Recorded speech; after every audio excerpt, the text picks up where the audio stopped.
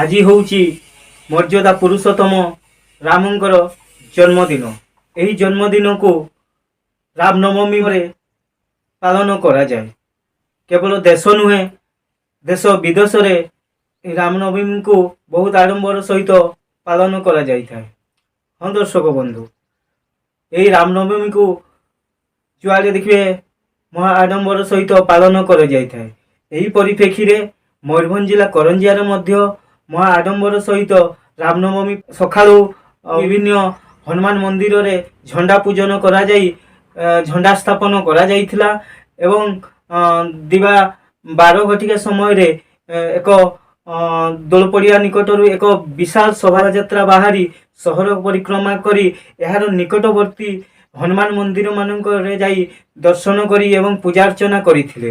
ଆଉ ଏବଂ ସନ୍ଧ୍ୟା 6:30ଟାରେ ଏକ ଦୋଳପଡ଼ିଆ ନିକଟରୁ ଏକ ବିଶାଳ ଶୋଭାଯାତ୍ରା ବାହାରି ସହର ପରିକ୍ରମା କରିବାର ଯାହା ସୂଚନା ମିଳିଛି।